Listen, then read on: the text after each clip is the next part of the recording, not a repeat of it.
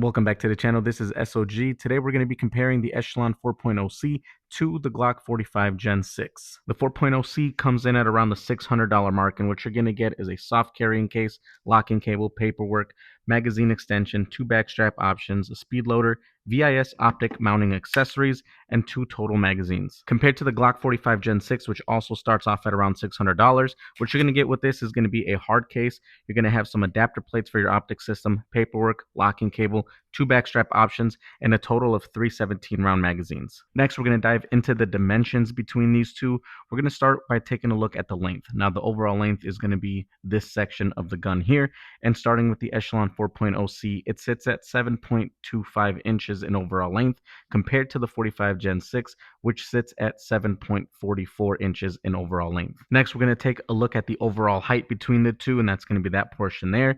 The Echelon comes in at 5.13 inches tall, and the 45 Gen 6 comes in at 5.47 inches tall. I know this is the 4.0C, but if you guys were interested in comparing it to the FS Echelon, that one is 5.5 inches tall versus 5.47, so just slightly taller. Next, let's take a look at the width. The Echelon is 1.2 inches wide, and the 45 Gen 6 is 1.35 inches wide. So as you guys can see, the Glock is just a little bit wider than the Echelon. And finally, as far as weight goes, the Echelon weighs 24 ounces exactly, and the Glock weighs 23.1 ounces. And in terms of barrel length, the Echelon has a 4-inch barrel, and the Glock has a 4.02-inch barrel. Next, we're going to talk about some of the differences and features of these two. We're going to compare the slides and the frames, so we'll start up here and work our way down. We have the 4.0C, and the first thing you'll notice are the deep slide serrations, really aggressive front and rear slide serrations. You have contours here on the front to make it really easy to grab from the front, and then you have some little wings in the back here to make it easy to slingshot the slide. Now the slide on this, very buttery smooth, so it's not hard to rack the slide by any means on the Echelon 4.0C. And then your optic cut system that we have is the VIS system, and that means you can literally mount almost any red dot that's out there currently directly onto the slide. No need for adapter plates, and you still get a co-witness.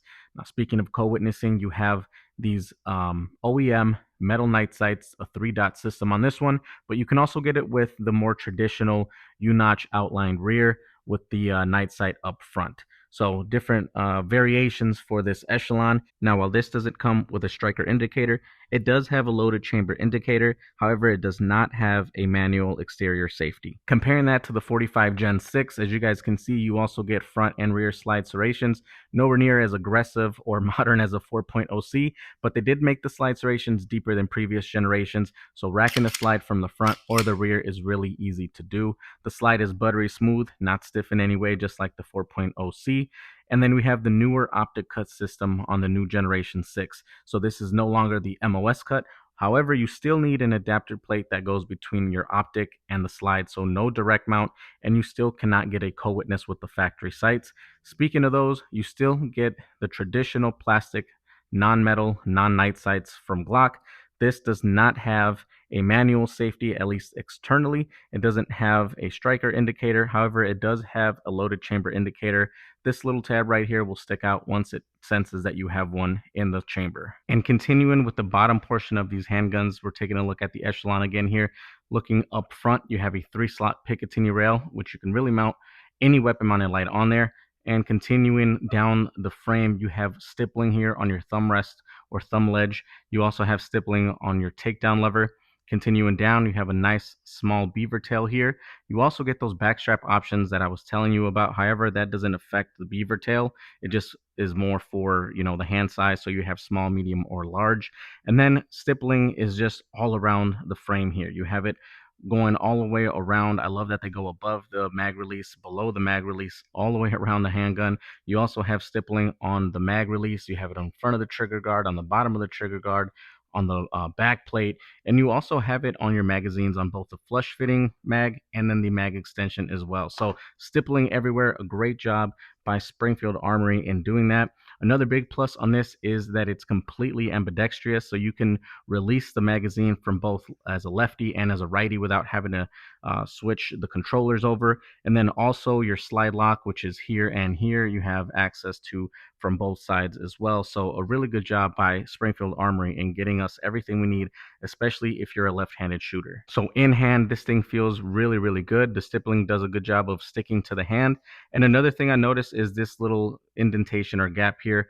It's a plus or minus to some. I really like it because it allows you to get a nice high grip and it gets you right into that handgun. However, I've seen it be a downside to some because it cuts the circumference area from here. If you have larger hands, that might be a problem because this is a compact size gun, but it feels smaller than what it is in the hand. And another thing that's really nice about this is the magazine manipulation. So when you're taking your shots and you're done to release that mag, it's very easy to access that magazine and it just shoots those mags right out. Continuing with the 45 Gen 6, we'll have a one slot Picatinny rail there for weapon mounted lights, so you are limited in adjustments on that. You have a little thumb ledge or a gas pedal. It's got stippling and a ledge on both sides, so it's good for right and left-handed shooters. The takedown levers here are extended from previous generations, so although it was a small change, it's a big upgrade in my personal opinion. And then you have your slide locks on both sides, so righties and lefties can take advantage of that. Really long beaver tail, really can't change that even when you swap out from those backstrap options. You have small, medium, and large. But I think the reason they went with that is because Glock was known, or is pretty common for Glock to give you slide bite. So it does a great job of keeping that slide away from your hand. And that in that aspect, I think it does a great job. Now continuing with the frame, you have stippling all around the firearm here. And I think that Glock really did an awesome job with this stippling. It feels slightly more aggressive than the Echelon, but it's just and I love that there's no break in between. So it just kind of goes all the way around, every which way around the whole frame. In front of the trigger guard, you don't have stippling, but you have some texture here. You have a nice undercut in the trigger guard. You have some palm swells in the frame that really make it feel good in the hand. And then you don't have any stippling around the mags either. You have a nice upgraded trigger, which is a flat face, looks pretty aggressive, really nice looking. No stippling, but again, texture on your mag release there. And the mag release is only on here for a right-handed shooter. If you're wrong-handed, then you're going to have to switch it over to the other side. Now, in hand, the 45 Gen 6 feels incredible. I think that the stippling feels better in the hand for me on this Gen 6 than the Echelon. It's just a little more aggressive, not as slippery. Does a great job of letting you keep a high grip, as high as possible, to be honest, because of that really long beaver tail there.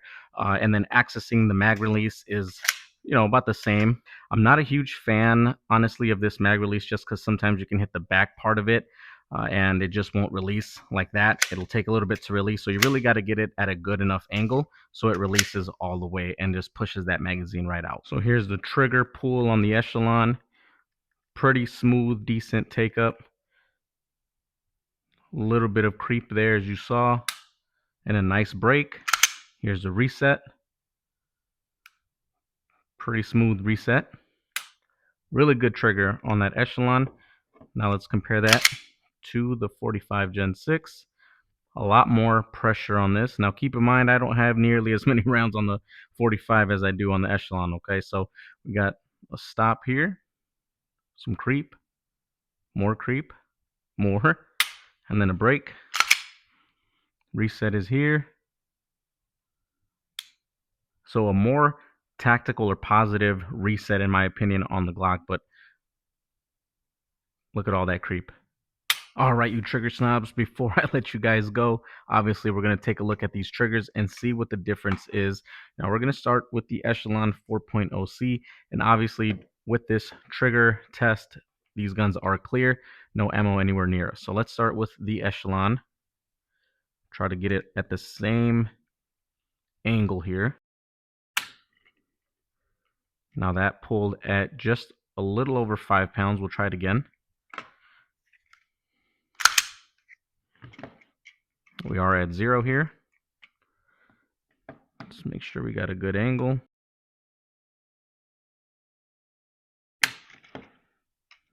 And again, just over 5 pounds, about 5.25.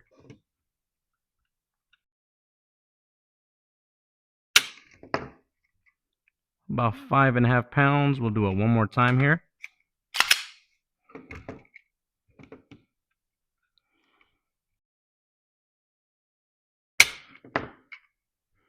And again, just over 5.5 pounds. And to wrap things up, I wanted to let you guys know my personal experience with both of these. Now, like I said, I don't have as many rounds through the Glock as I do through the Echelon. I've got about 500 in the Glock and over 1,000 in the Echelon, but both have been 100% reliable. No issues with either of them. Both are accurate. Both shoot great. I think that the Glock feels better in the hand just due to the palm swells, due to the stippling, and just the fact that it's got a longer frame, right? That's kind of obvious. So I do like the feeling in the hand better of the Glock. The Echelon carries better for an EDC if you're looking more towards something on that level. The trigger is better on the Echelon in my personal experience.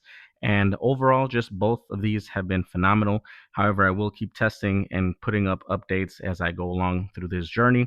Let me know in the comments which of these two you would pick if you can only have one. Don't forget to smash that like button. And also, don't forget to subscribe to the channel if you haven't already. But if you already have, I appreciate you guys so much. God bless you, and I'll see you on the next video.